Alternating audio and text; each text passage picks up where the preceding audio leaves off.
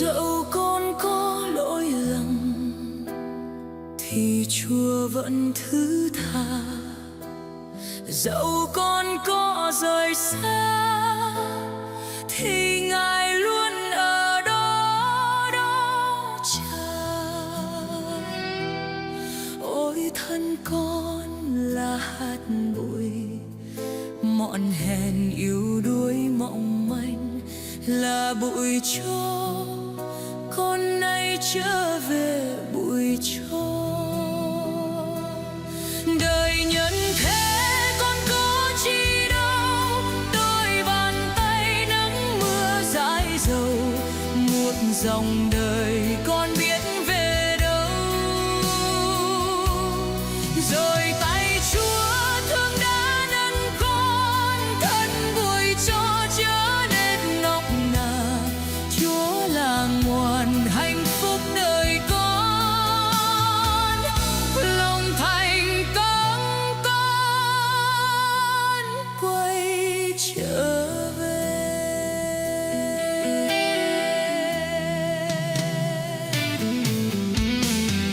Đời con đã bao lần chìm trong nỗi đắng cay, buồn vui với nồng say, làm niềm đau thổn thức cõi lòng. Bao nhiêu năm một cuộc đời mệt nhoài mưa nắng gió sương, tựa làn mây trôi theo cát bụi thời gian.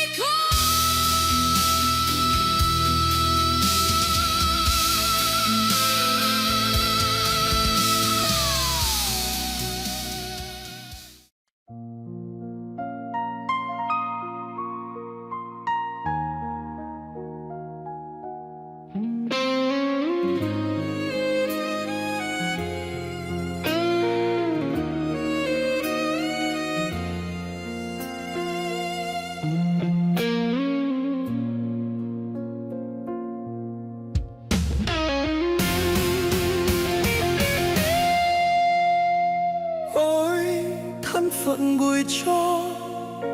Biết bao lần đời con hoen ố, thân con tựa loài hoa, sớm mai đẹp chiều hôm héo úa. Con nay trở về đây sau bao ngày đam mê gió rơi, cho con được làm con trong mái nhà bên Chúa muôn đời.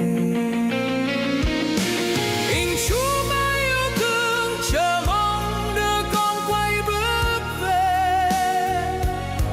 Trần thế những đam mê như mây mờ khuất lối. Hạnh phúc quá mong manh tìm đâu khi con xa cách Ngài. Chỉ tình Chúa yêu thương đem con về với Ngài.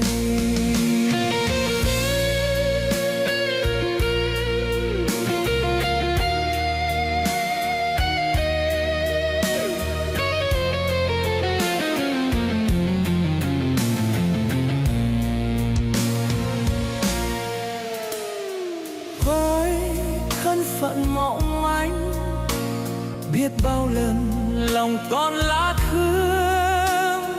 Thân con tựa làn mây, sớm phiêu bồng rồi ai có thấy. Con nay trở về đây khấn xin Ngài yêu thương chẳng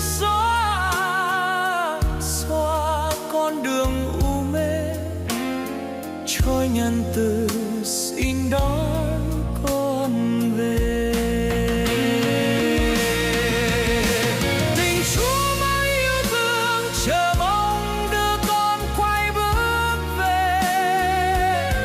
Xuân thế những đam mê như mây mờ khuất lối. Hạnh phúc quá mong manh tìm đâu khi con xa cách Ngài. Chỉ tình Chúa yêu thương đem con về với Ngài.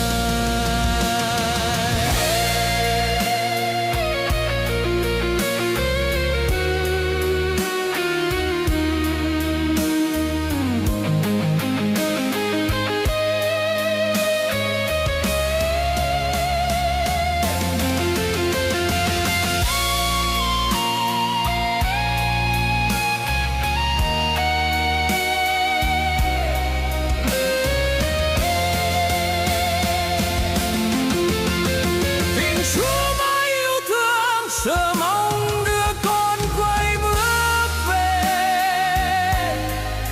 Trần thế những đam mê như mây mờ khuất lối. Hạnh phúc quá mong manh tìm đâu khi con xa cách Ngài. Chỉ tình Chúa yêu thương đem con về với Ngài. Chỉ tình Chúa yêu thương đem con về với Ngài.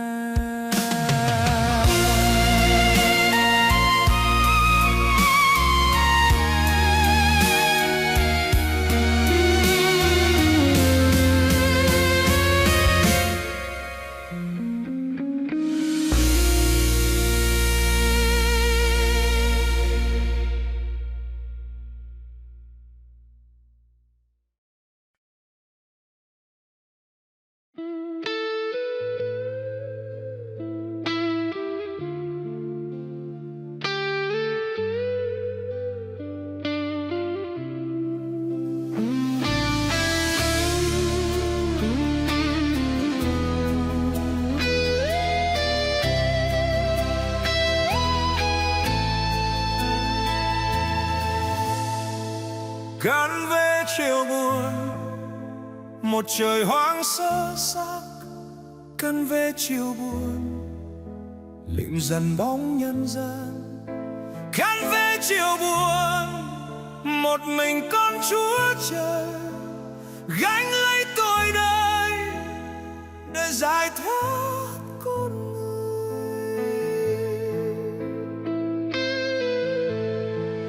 Khăn về dưới, một mình Giêsu hy sinh gánh lấy tội đời ô nhơ. Tình yêu thương đó bao la vô bờ, đã chết vì yêu chẳng thể hững hờ. Con xin hối lỗi tội đời bao năm, xin thương tha thứ từng ngày đi hoang. Giờ đây sám hối ăn năn một lòng, nguyện Chúa dù thương đừng trách tôi con.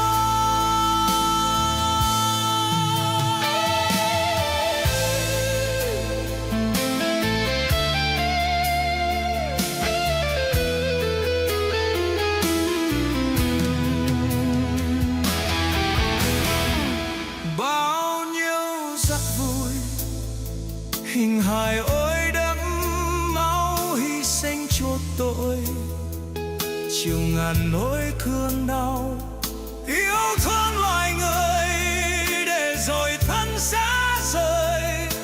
Ai hay tình người đã chịu chết đớn lao. Còn bên dưới, một mình Giêsu hy sinh gánh lấy tội đời ô nhơ. Tình yêu thương đó bao la vô bờ, đã chết vì yêu dần thế hững hờ. Con xin hối lỗi tội đời bao năm, xin thương tha thứ từng ngày đi hoang. Giờ đây sám hối ăn năn một lòng, nguyện Chúa dù thương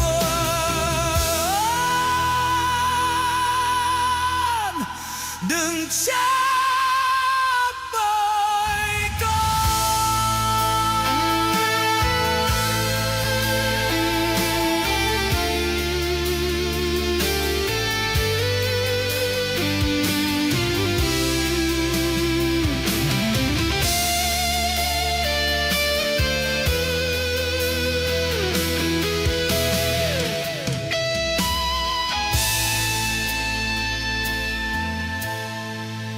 Thân con mỏi mòn, chẳng còn đâu hơi sức cho con nhì lưng để chịu những thương đau. Xin tha tội đời vì người vào lỗi lầm, xin vâng lời Ngài trọn lời hứa hôm nào. Khăn về dưới, một mình Giêsu hy sinh gánh lấy tội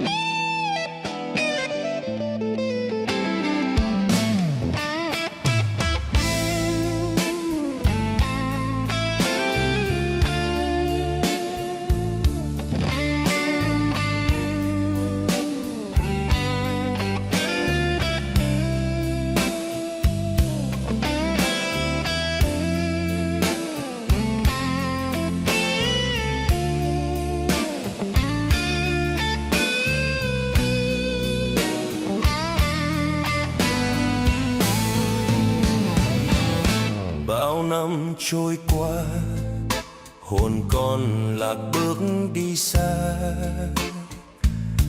quên bao ơn cha, trong khá bề đắng bao la. Nay con ăn năn, hồi tâm thông hối bao lỗi lầm, đền bù bất xứng bao năm, quyết tâm trở về cha lành. Hãy trở về với cha nhân lành. Hãy trở về để sớm hồi sinh. Hãy trở về sống trong an bình.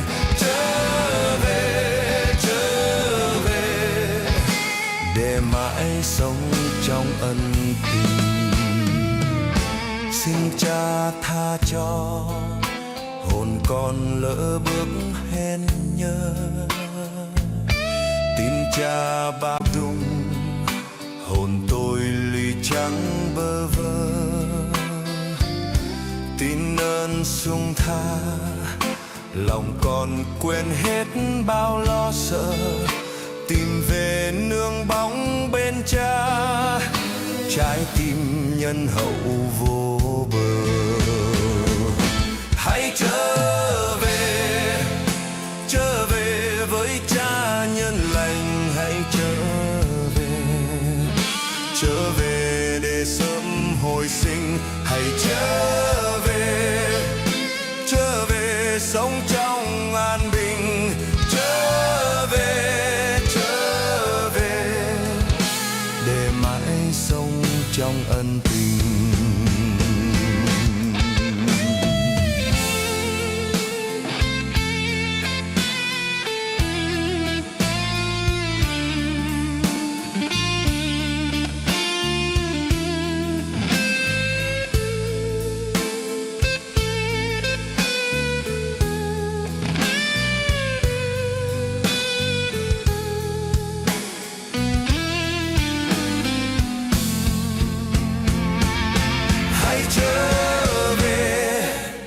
Trở về với cha nhân lành. Hãy trở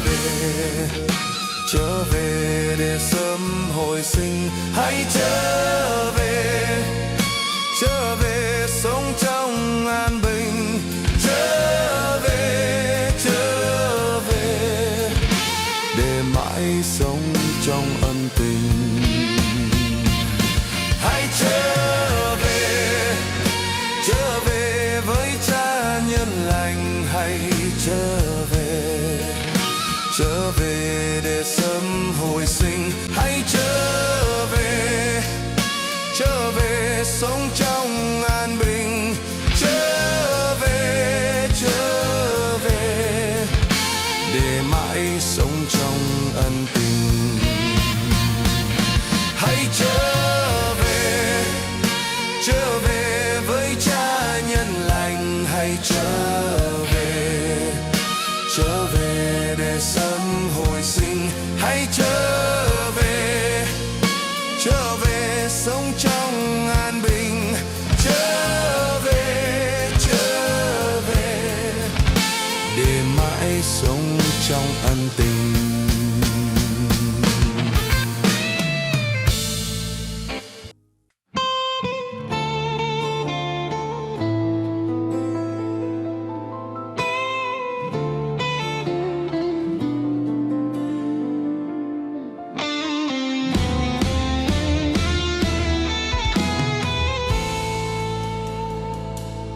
Con xin dâng muôn lời kinh thắm lệ tràn hòa.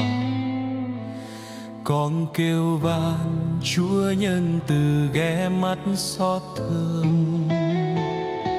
Mùa chay thánh Chúa thương tha thứ tội nhớ. Lắng nghe con dâng lời khấn nguyện. Chúa ban ơn trong mùa thánh này.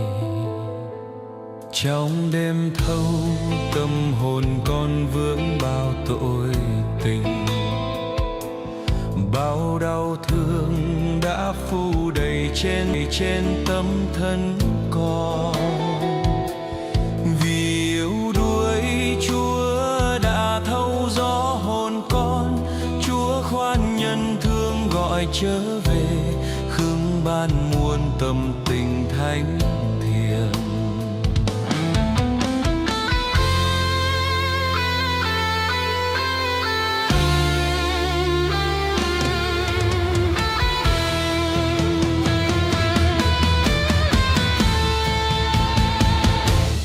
Con trông mong bao ngày đêm hối tội lỡ lầm, trong khi con hãm thân mình tỉnh giấc hy sinh. Mùa chay thánh 40 ngày con vẫn nài xin Chúa ba ngôi nâng hồn con dậy, giúp con luôn trung thành suốt đời.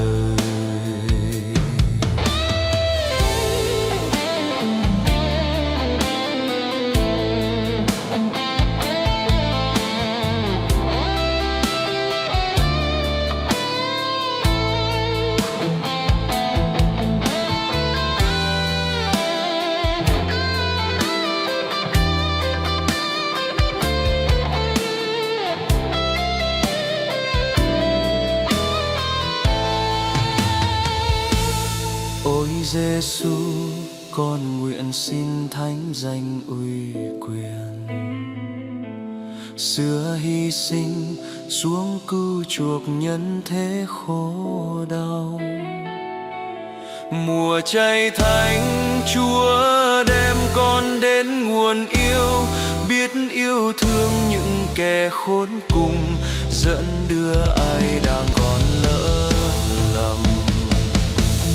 Mùa chay thánh Chúa đưa con đến nguồn yêu, biết yêu thương những kẻ khốn cùng, dẫn đưa ai đang còn lỡ lầm.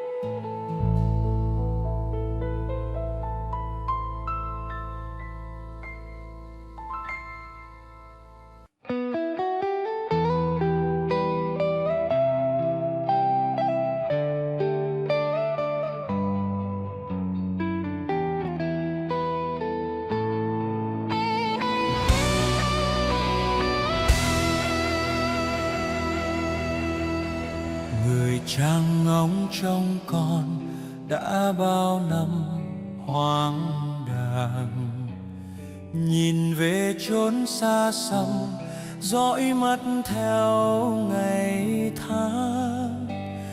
Đời cứ thế vẫn trôi dần, bóng con này ở đâu? Người cha mắt vương u sầu, héo hon trong khổ đau. Con giờ đây tự hối những đam mê lầm lỗi trong đời, bao ngày tháng đi hoang thấy xót xa tâm tư lạc loài. Con nguyện xin Thiên Chúa hãy dung tha ngày tháng trót phạm, xin Ngài khứng thương ban nguồn ngân thanh xóa tội hồn con. Người con thứ ra đi mãi phương xa chân trời, tìm vui thú giữa đời sống bê tha lầm lối.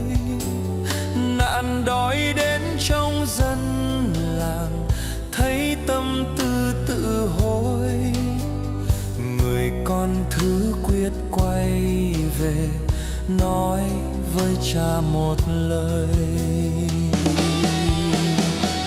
Con giờ đây tự hối những đam mê lầm lỗi trong đời, bao ngày tháng đi hoang thấy xót xa tâm tư lạc loài. Con nguyện xin Thiên Chúa hãy dung tha ngày tháng chót phàm, xin Ngài khứng thương ban nguồn ơn thánh xóa tội hồn con.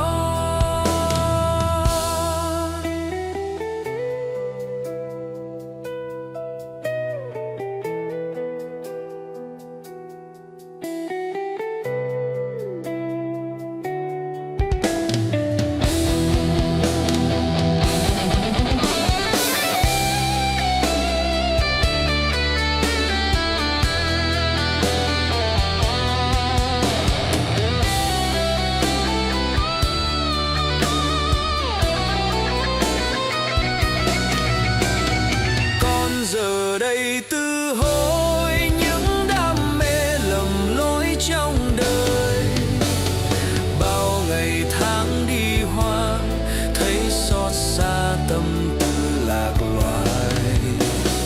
Con nguyện xin Thiên Chúa hãy dung tha ngày tháng chót phàm, xin Ngài khứng thương ban nguồn ơn thánh xóa tội hồn con.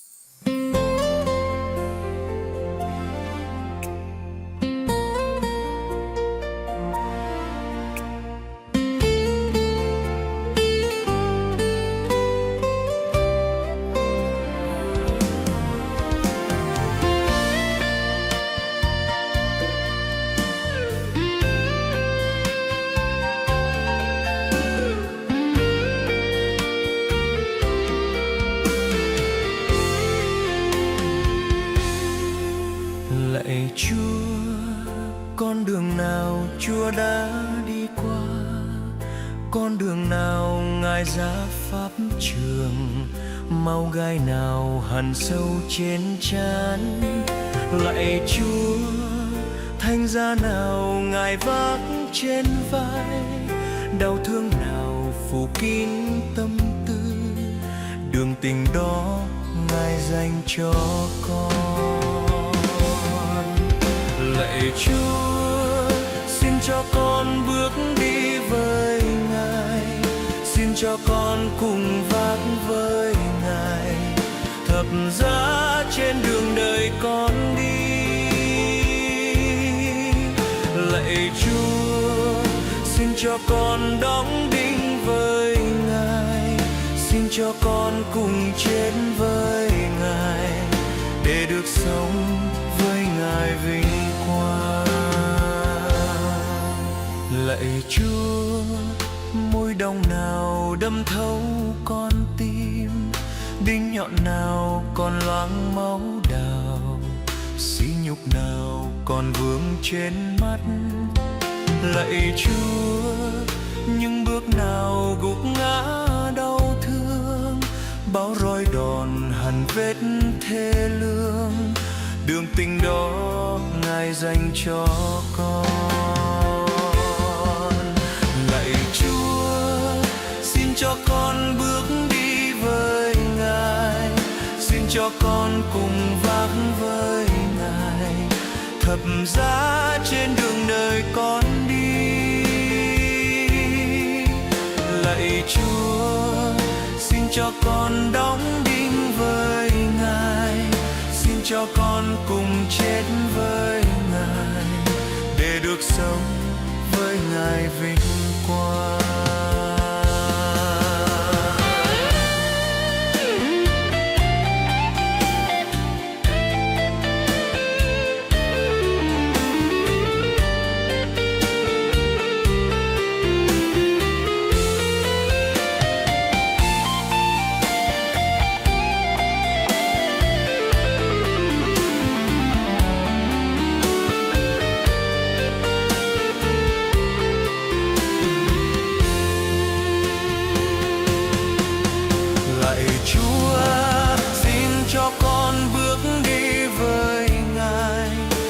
Cho con cùng vác với Ngài, thập giá trên đường đời con đi.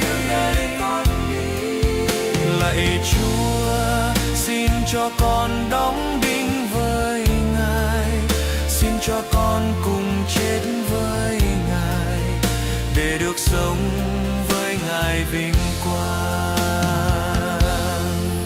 Lạy Chúa, xin cho con đóng đinh với Ngài, xin cho con cùng chết với Ngài, để được sống với Ngài vinh